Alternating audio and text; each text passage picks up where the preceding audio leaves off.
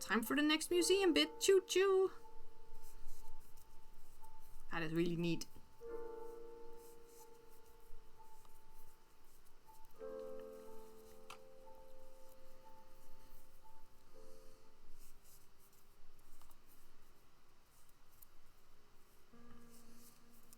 Like, I know the Netherlands has a railway museum. I haven't been there in years. I used to love going there as a kid.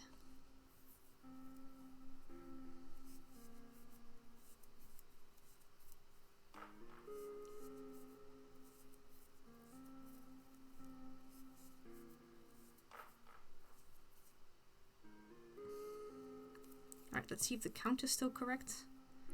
1, 2, 3, 4, 5, 6, 7, 8, 9, 10, 11, 12, 13, 14, 15, 16, 17, 18, 19, 20, 21, 22, 23, 24, 25, 26, 27, 28, 29, 30, 34, 35, 36.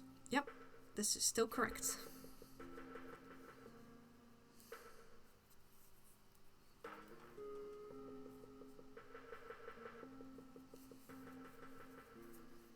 Now I guess that by doing slightly different things with increases, because this is really, really flat. I mean, which is good for Granny Square. They should be flat. These are going to really take longer than I thought they were going to take. They're also going to be slightly bigger than I anticipated. Let's see. And it is chain 3 and yes. Sort of a regular increase round.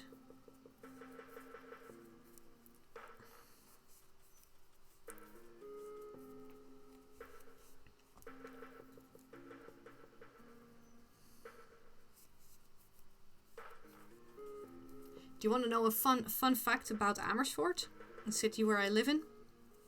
Like, you know how some cities have nicknames? You know, like there's several cities nicknamed the Big Apple. Stuff like that. Well, Amersfoort is nicknamed Keistad. Roughly translated Boulder City. Or very large rock city. And this is because apparently in, I think it was 1667, there was a, what is een jonkheer? It's like a minor noble dude who ran things here. He had a drunken bet with one of his pals because there was a huge boulder. It was about 7.5 tons in weight. Those are 7,500 kilos. And he made a sort of semi-drunken bet that he could get people to move it from a place called Soesterberg to Amersfoort. So that's like I think like a good 10, maybe 15 kilometers. And he was like, oh, I could totally get people to move it from there to here. Watch me. And he actually bribed like 400 townspeople with beer and pretzels to indeed move the super large boulder from point A to point B. On arrival in Amersfoort, a lot of people thought, well, we just made total and utter jackasses out of ourselves, didn't we?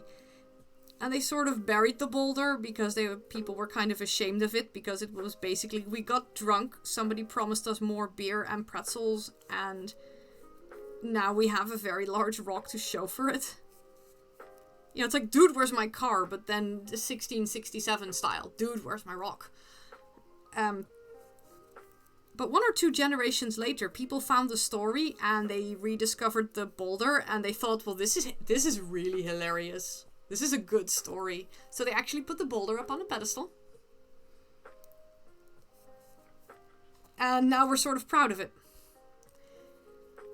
Even funnier, like sadly those parties stopped before I moved here, but there has been a time in the, I think, 70s, 80s and 90s when they would every now and then have Boulder City parties.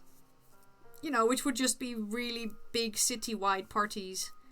And every time they would try to get boulders from different cities. Now, of course, they wouldn't pull them with the promise of beer and pretzels. Or maybe only little bits just for the fun of it.